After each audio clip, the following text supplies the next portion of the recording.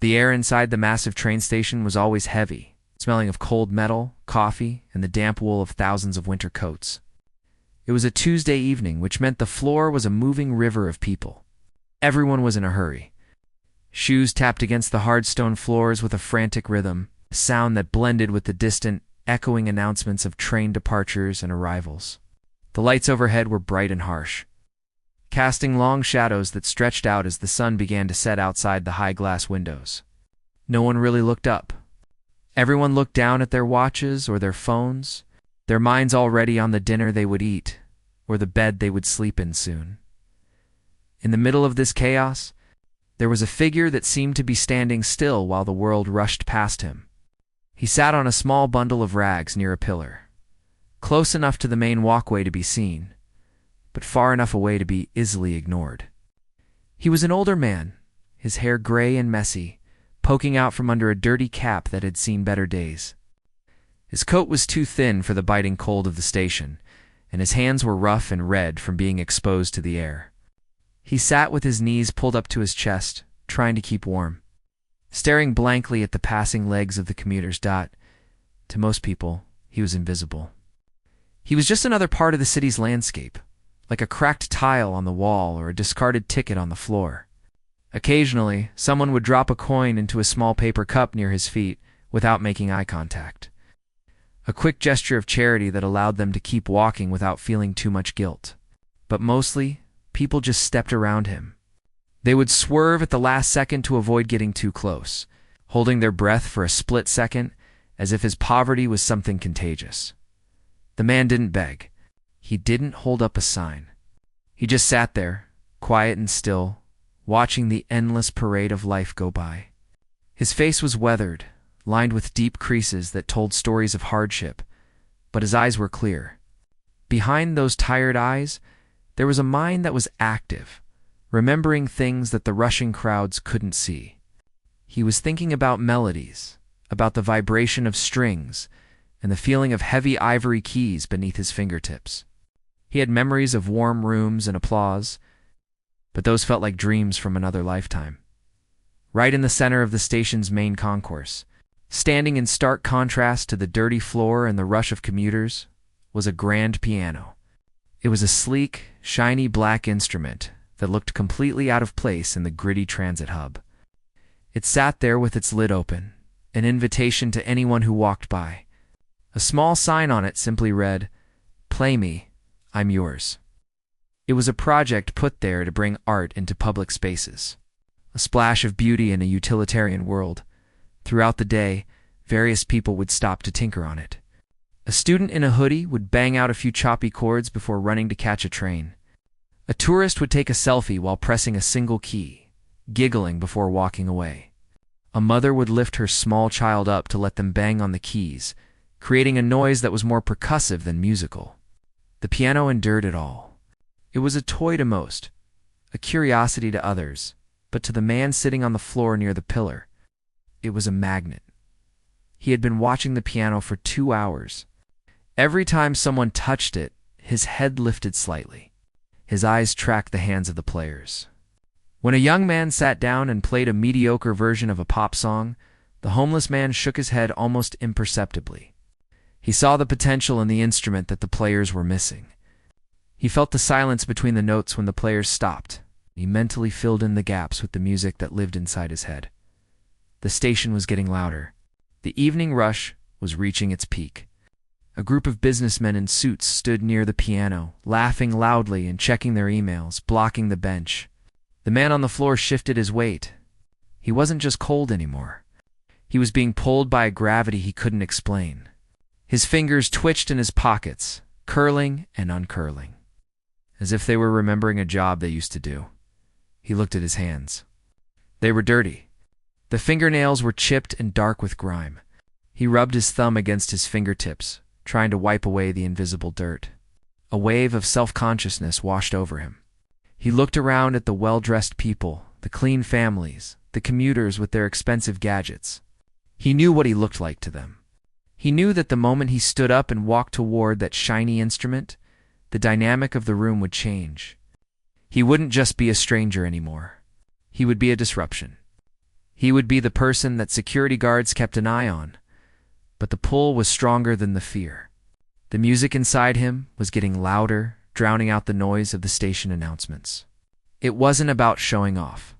It wasn't about trying to get more money in his cup. It was a need like a hunger in his chest that had nothing to do with food. He needed to feel the connection between his hands and the music, even if just for a few minutes. He needed to remember who he was before the world forgot him. Slowly, the man began to move. He pushed himself up from the cold floor, his joints cracking audibly.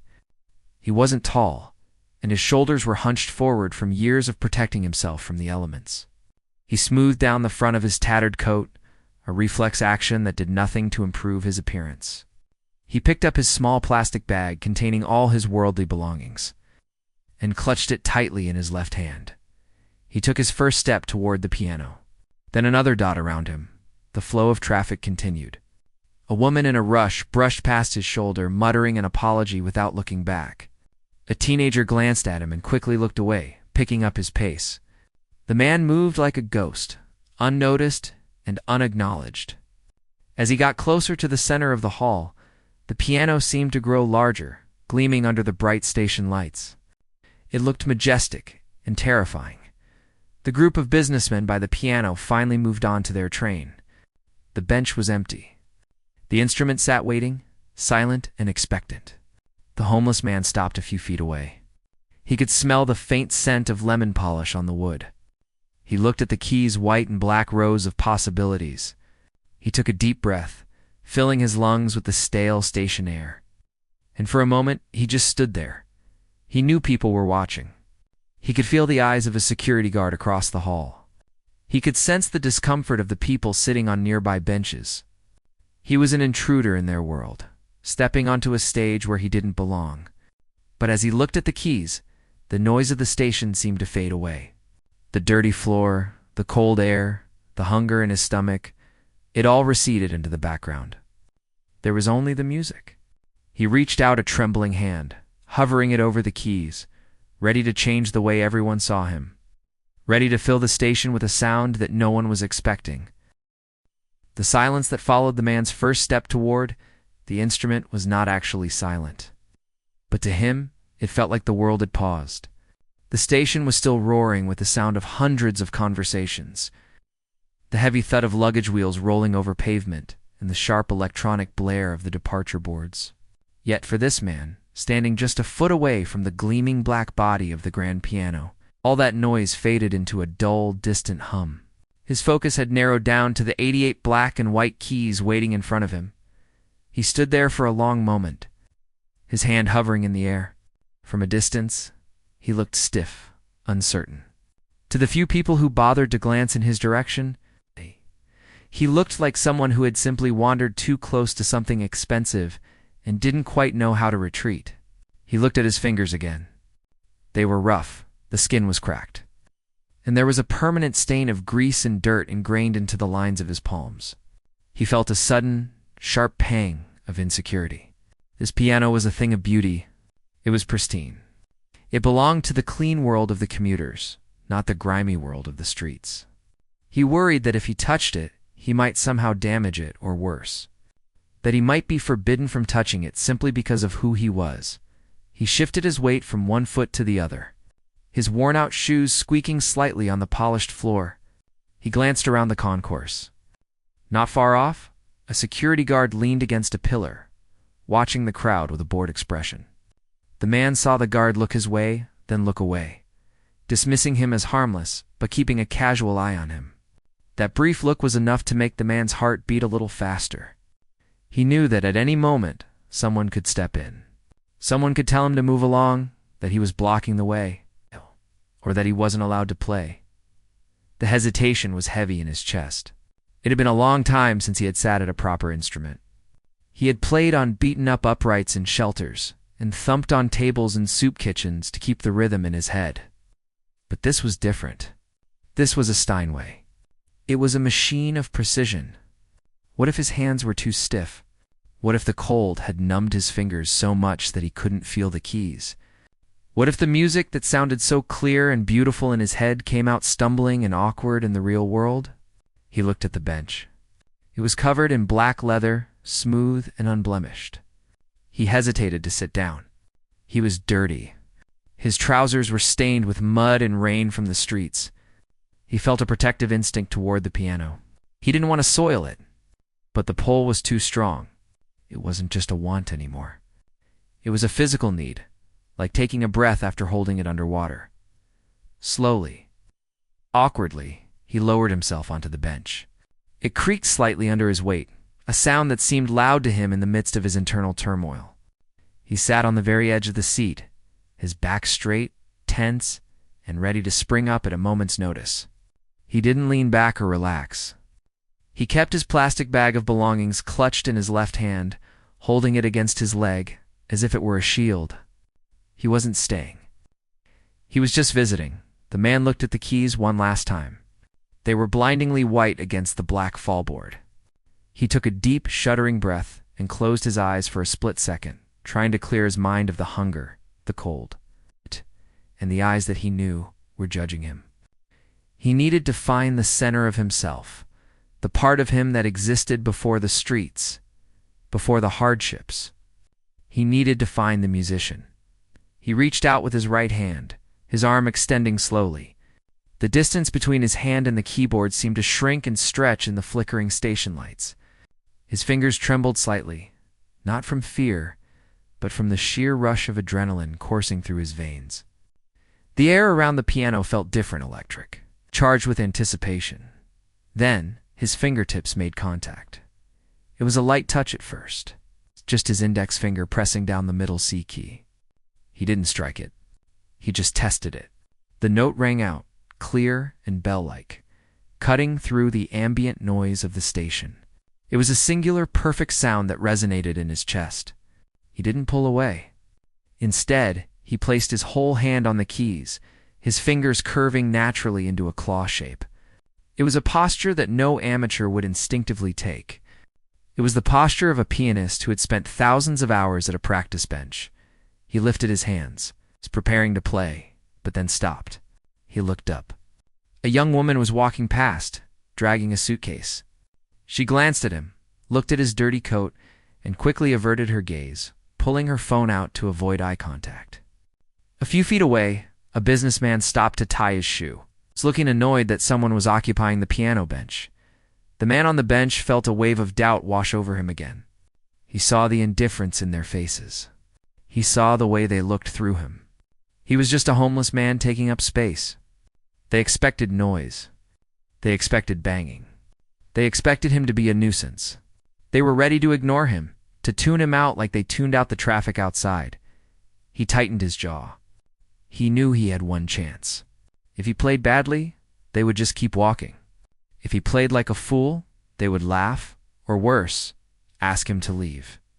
But if he played what was in his heart, if he played the truth that was hidden beneath the rags, he might be able to change the air in the room, if only for a moment. He closed his eyes again, shutting out the judgment, shutting out the rush of the commuters. He let his body relax, just a fraction. His shoulders dropped an inch. The tension in his neck began to melt away. He wasn't a homeless man in a train station anymore. He was back in a warm room, with sunlight streaming through the window. He was wearing a suit that fit, and the only thing that mattered was the music. He took another breath, deeper this time. The station sounds, the footsteps, the voices. The train seemed to recede completely, leaving him in a bubble of quiet concentration. His left hand joined his right on the keys. He could feel the vibration of the strings before he even played them. He adjusted his position on the bench, finally allowing himself to sit fully, grounding his feet. The hesitation was gone, replaced by a fierce, quiet determination. He was going to play. He was going to show them, and perhaps more importantly, he was going to remind himself. The crowd kept rushing, oblivious to the storm that was about to break from the fingertips of the stranger on the bench. The man's hands hovered for a fraction of a second longer, poised like a hawk ready to dive. Then, with a sudden, fluid motion, he brought them down. The moment his hands came down, the air in the station seemed to shift instantly. He didn't start with a timid test note or a simple melody. He struck the keys with a confidence that shook the dust off the grand piano. The sound that erupted was not the clumsy banging of an amateur or the random noodling of a child. It was a thunderous, resonant chord that filled the vast ceiling of the station. Bouncing off the glass walls and the stone floors, it was a sound that demanded attention. Cutting through the rumble of trains and the dull roar of 1,000 conversations like a knife through hot butter, the physical transformation in the man was immediate and startling. Just a second ago, he had been a hunched figure trying to make himself small, pressing himself against the edge of the bench as if he wanted to disappear. But the moment his fingers connected with the ivory, his back straightened. His shoulders pulled back, shedding the weight of the world he carried around on them. His neck lengthened. The slump of despair vanished, replaced by the regal, commanding posture of a master. He didn't look like a homeless man anymore. He looked like a conductor standing before a great orchestra, or a king sitting on a throne. He launched into a complex classical piece, one that was instantly recognizable for its intensity and difficulty. The tempo was fast, aggressive, and driving. His hands moved with a blur of motion. The right hand danced across the higher keys, creating a melody that wept and soared, while the left hand pounded out a deep, rhythmic bass that vibrated through the floor and into the feet of those standing nearby. It was a storm of sound, chaotic yet perfectly controlled. For the first few seconds, the reaction from the crowd was confusion. A businessman who was walking past, texting furiously on his phone, nearly tripped over his own feet. The sound was so loud, so technically precise, that his brain couldn't process where it was coming from. He looked up from his screen, annoyed, expecting to see a musician in a tuxedo or a student from the conservatory. Instead, his eyes landed on the ragged figure in the tattered coat. The businessman stopped walking. He stood, frozen, in the middle of the walkway, his mouth slightly open, his phone slowly lowering to his side. A young woman, who had been rushing to catch a connecting train with her head down, heard the music and slowed her pace. She assumed it was a recording playing over the station speakers, but as she got closer, she saw the movement of the keys. She saw the dirty, chipped fingernails flying over the pristine white notes. She stopped, too. She looked at the plastic bag on the floor next to the piano, then back at the man's face. His eyes were closed, his brow furrowed in deep concentration. He wasn't there in the station. He was somewhere else entirely. The ripple effect began to spread. People who were 10 yards away turned their heads. People who were sitting on benches waiting for their trains looked up from their newspapers. The music was magnetic. It wasn't just background noise. It was a living, breathing thing that grabbed hold of the listeners. The melody was filled with such raw emotions, such pain, such longing, and such power that it bypassed the ears and went straight to the heart.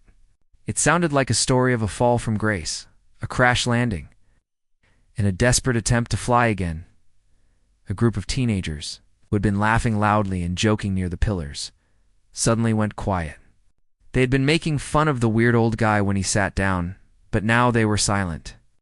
They exchanged wide-eyed glances. The smirks wiped off their faces. They knew talent when they heard it, and this was undeniable. One of them pulled out a phone, not to mock, but to record.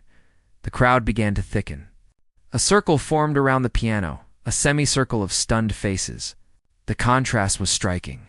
There were people in expensive wool coats, holding briefcases worth thousands of dollars, standing next to tourists in backpacks.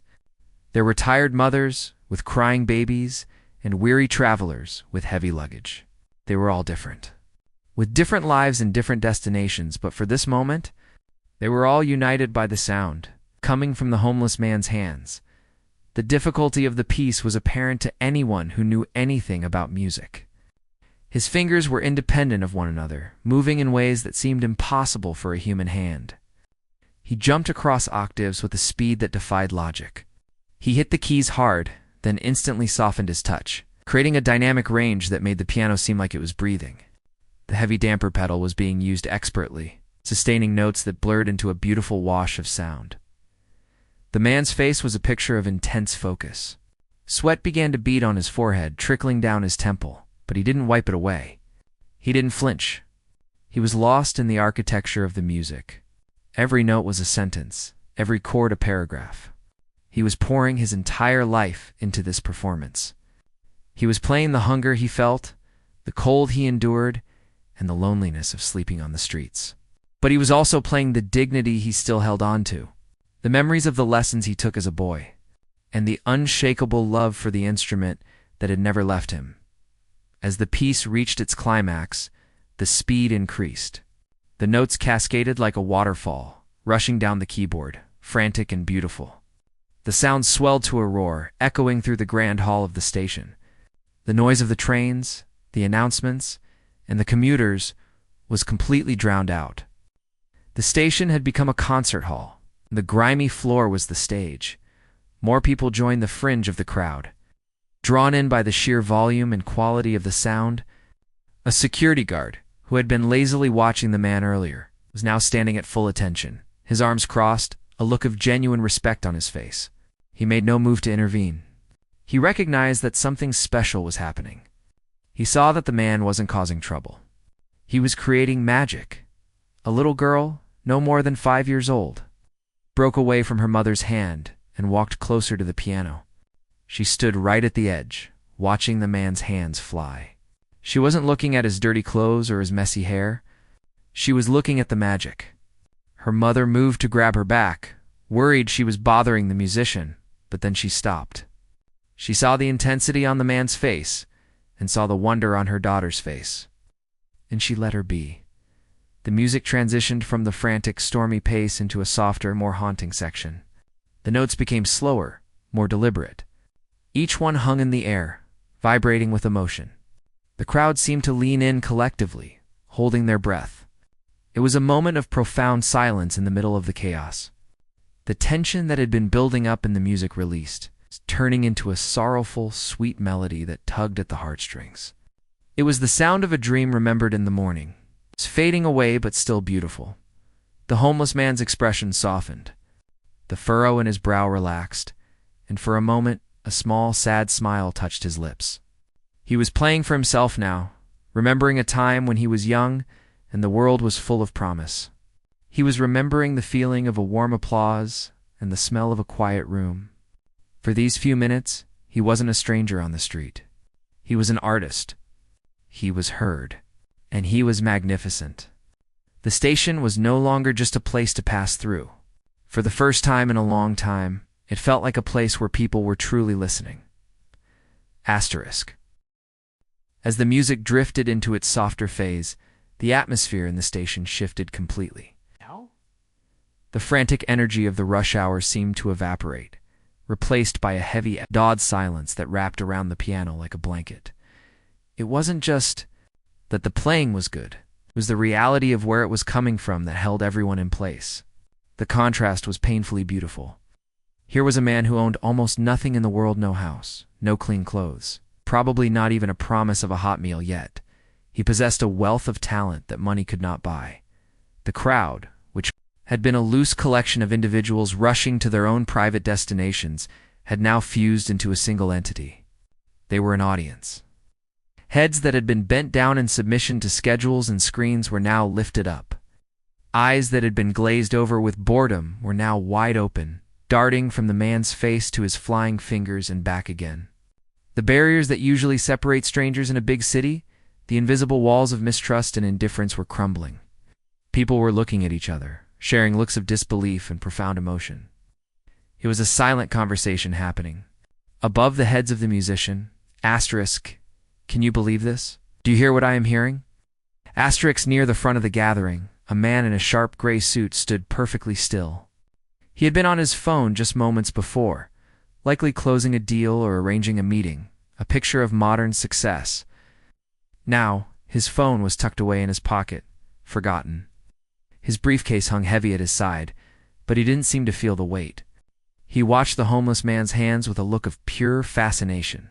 Perhaps he played himself as a child, or maybe he simply appreciated the sheer discipline it took to move one's fingers with such precision. He adjusted his glasses not to see better, but to hide the fact that his eyes had suddenly become misty. Behind him, a young couple clutched each other's hands tighter. They had been bickering about which train to take, stressed and tired. Now they stood shoulder to shoulder, swaying slightly to the rhythm of the music. The melody seemed to speak, to them, reminding them of the things that actually mattered. The tension left their shoulders. The music was acting like a key, unlocking emotions that they usually kept buried under the surface of their busy lives. It was a moment of shared humanity, brought about by a man who had been excluded from society. The physical reaction of the crowd was fascinating to watch. People stopped checking the time. The large departure board hanging from the ceiling continued to flip through destinations and times, but no one was looking at it. Trains came and went, doors opening and closing with their usual beeps and hisses, but no one moved to catch them. The fear of being late, of missing out, of falling behind in the rat race, it all seemed silly in the face of such beauty. The commuters were realizing that catching this performance was more important than catching their train. The man on the bench was deep in the zone, completely unaware of the effect he was having. His world had shrunk down to the span of the keyboard. The cold, the hunger, the smell of the station, all of it was gone. He was in a place where only the music existed. His body swayed gently, rock solid on the bench, moving with the ebb and flow of the piece. Every so often, a look of intense joy would flash across his face. A quick spark that lit up his weathered features, reminding the onlookers that there was a vibrant soul living inside that tired body. The complexity of the piece was increasing again. He moved from the gentle, haunting melody into a section that required incredible dexterity. His left hand was jumping up and down the lower registers, providing a steady, thunderous heartbeat, while his right hand skittered over the high notes like a spider running across a web. The sound was rich and full, utilizing the entire range of the grand piano. He was not treating it like a public toy. He was treating it like a partner, coaxing sounds out of it that the instrument probably hadn't made in years. A young woman standing near the edge of the crowd pulled her phone out. She held it up not to capture a funny viral video, but to preserve a moment of grace. She zoomed in on his hands. The screen showed the contrast clearly, the grime of the street against the pristine white keys. It was a visual representation of the collision of two worlds. She watched through the screen for a moment, then lowered it. She realized that watching through a lens was distancing herself from the reality of it. She wanted to see it with her own eyes, to hear it without the barrier of technology. She put the phone away and just listened. The security guard, who had been observing from a distance, slowly walked closer. He didn't want to interrupt, but he needed to be near the center of this gravity. He stood a few yards behind the piano, his hands clasped behind his back. He had seen it all in this station: fights, thefts, medical emergencies, lonely people crying on benches. But he had never seen anything like this.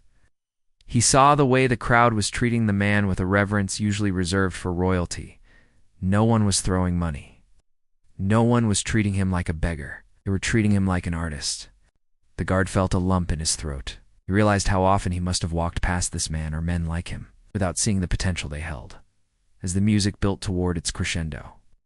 The collective breath of the crowd seemed to catch in their throats. The man was playing with a force that was almost violent, his hands striking the keys with passion, yet remaining perfectly in control. The volume swelled, filling the cavernous hall until the very air seemed to vibrate. It was a triumphant sound, a sound of defiance against the hard knocks of life. He was shouting his existence to the world. And for the first time in who knows how long, the world was shouting back with silence and attention. A young boy, no older than 7, was standing right at the edge of the piano, looking up at the player with wonder. He didn't see a homeless man. He saw a wizard. He looked at his own mother, tugging on her sleeve, his eyes asking, "Asterisk, did you hear that?" She smiled down at him and nodded, brushing the hair out of his eyes. It was a teaching moment that no textbook could provide. It was a lesson about not judging a book by its cover, about the hidden gems that exist in the rough places of the world. The man's face was glistening with sweat now. A drop ran down his nose and hung there for a second before falling onto the piano's fallboard. He didn't wipe it away. He was pushing himself to the limit, his fingers moving so fast they were almost a blur. He was pouring every ounce of his remaining energy into this performance. It was as if he knew this was his only chance to speak, and he had to say everything he needed to say before the silence returned. The station had transformed. The cold, hard tile floor felt like the floor of a cathedral. The roof was the vaulted ceiling of a concert hall. The grime of the city was invisible, covered over by the atmosphere of the music. Strangers were standing, shoulder to shoulder, connected by an invisible thread of sound. The businessman, the student, the tourist, the mother, the guard, they were all equal in the presence of this masterpiece. They were all just human beings, stopped in their tracks by the sudden realization of beauty in an unexpected place. The homeless man hit the final run of notes, a cascade of sound that tumbled down the scale like water over rocks. The crowd leaned in, the tension reaching its peak. And then, just as suddenly as it had begun, the storm of music stopped. His hands dropped to his lap, hovering just inches above the keys, frozen. The final notes echoed off the walls, fading slowly into the rafters, leaving a ringing silence in their wake that was louder than the noise of the busiest rush hour. The man sat there, eyes closed, chest heaving, coming back to reality while the rest of the world was still reeling from where he had taken them. The final notes of the masterpiece seemed to hang in the air of the station, suspended like dust motes in a beam of light. For perhaps 3 or 4 seconds, there was absolute silence. It was the kind of heavy, expectant quiet that usually only happens in a grand concert hall after a symphony ends. Not in a busy train station filled with rushing commuters. The noise of the city, the footsteps, the announcements. The trains felt like it had been paused by some invisible hand, held back by the sheer power of what everyone had just witnessed. Then the spell broke. A ripple of applause started near the front of the crowd, led by the businessman in the gray suit. It wasn't polite, slow clapping. It was enthusiastic, genuine appreciation. It spread quickly through the dozens of people gathered around. Some people whistled, others cheered, and many just nodded their heads in stunned disbelief. The noise swelled up, washing over the man on the bench like a warm wave. It was the sound of connection, of strangers united by a moment of shared grace. The man on the bench slowly opened his eyes. For a moment, he looked confused, as if he were waking up from a deep dream. The grand hall, the lights, the crowd, they all came back into focus. He looked at his hands, resting on his lap, and then up at the sea of faces surrounding him. He saw the smiles, the looks of admiration, and the phone still held high, recording every second. A look of genuine surprise crossed his weathered face. It was clear that he hadn't played for applause or attention. He had played because the music inside him needed to get out, and he was shocked to find that the world had actually stopped to listen. He offered a shy, almost timid smile. It was a humble expression that didn't seek praise. He nodded his head slightly, a silent gesture of gratitude to the audience for their kindness. He didn't bow, he didn't stand up to take a bow, and he certainly didn't launch into a speech. He just sat there, a man who had bared his soul and was now feeling the vulnerability of that exposure. The crowd waited. They hoped for an encore. They wanted him to play another song, to stay there in the spotlight, and keep the magic going for just a little longer. The businessman took a step forward, his hand instinctively reaching into his pocket, perhaps to offer money, or maybe just to shake the man's hand. But before anyone could move closer, the homeless man began to shift. He reached out a hand and gently lowered the piano lid. It was a quiet, definitive motion. Thump. The sound was soft, but it signaled the end. He wasn't a performing monkey. He wasn't there to entertain the crowd until they got bored and moved on. He had said what he needed to say. With a slow, deliberate movement, he slid off the bench. His knees clicked as he stood up, the stiffness returning to his body now that the music had stopped. The magic that had straightened his spine and strengthened his presence seemed to seep away, replaced by the physical reality of his life on the streets. His shoulders slumped forward again. The light in his eyes dimmed just a little, retreating back behind a protective wall of caution. He leaned down and picked up his small, plastic bag from the floor where he had left it. He held it close to his chest, clutching the handles with white-knuckled grip. It was a stark reminder that the grand piano was not his. The beautiful music was not his to keep. He had to return to his reality. The crowd parted to let him through. This time, no one stepped out of the way to avoid him. People moved aside out of respect, creating a clear path for him. They looked at him differently now. They didn't see a dirty homeless man. They saw a master, a genius who had fallen on hard times. They saw a human being with a story they couldn't even imagine. The businessman stopped reaching for his wallet. Realizing suddenly that crumpled bills felt like an insult after what he had just witnessed, the man began to walk away. He didn't look at the people cheering for him. He kept his head down, watching his worn-out shoes on the stone floor. His pace was slow and heavy. It was the walk of a man carrying a heavy burden. The transition was heartbreaking to watch. One minute he was a king of the keys, commanding the room. The next, he was just another invisible soul, trying to find a warm corner of the city. As he walked past the security guard, the guard nodded at him, a silent salute of respect.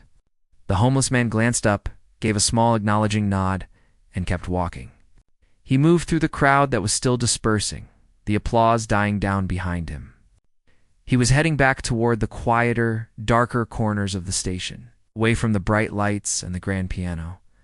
The people left behind by the piano didn't rush back to their trains immediately.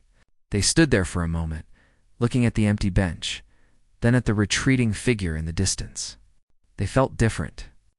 The encounter had changed them, if only for a few minutes. It made them question their own judgments. It made them wonder about the other people they walked past every day without seeing. It reminded them that extraordinary talent and beauty can be hidden in the most unlikely places. Wrapped in rags and sitting on the cold floor, by the time the man reached the far end of the concourse, was blending back into the shadows. A new group of commuters rushed out of a train arrival, their minds on their dinners, their eyes on their phones. They didn't know what had just happened. They walked past the homeless man without a second glance. To them, he was invisible again. He sat down on a bench in a dimly lit area, away from the crowd. He placed his plastic bag next to him. He rested his hands on his knees, closing his eyes. The silence in this corner of the station was different now. It wasn't empty. It was full of the memory of the music. He could still feel the vibration of the keys in his fingertips. For a few glorious minutes, he had been someone else. He had been heard. And as he sat there in the shadows, a small, content smile played on his lips. The world had moved on, but he still had the music. And as long as he had that, he would never truly be alone. The story faded out with the image of the man sitting quietly in the dim light. The ghost of a melody lingering in the air around him, a silent reminder that everyone has a song worth hearing,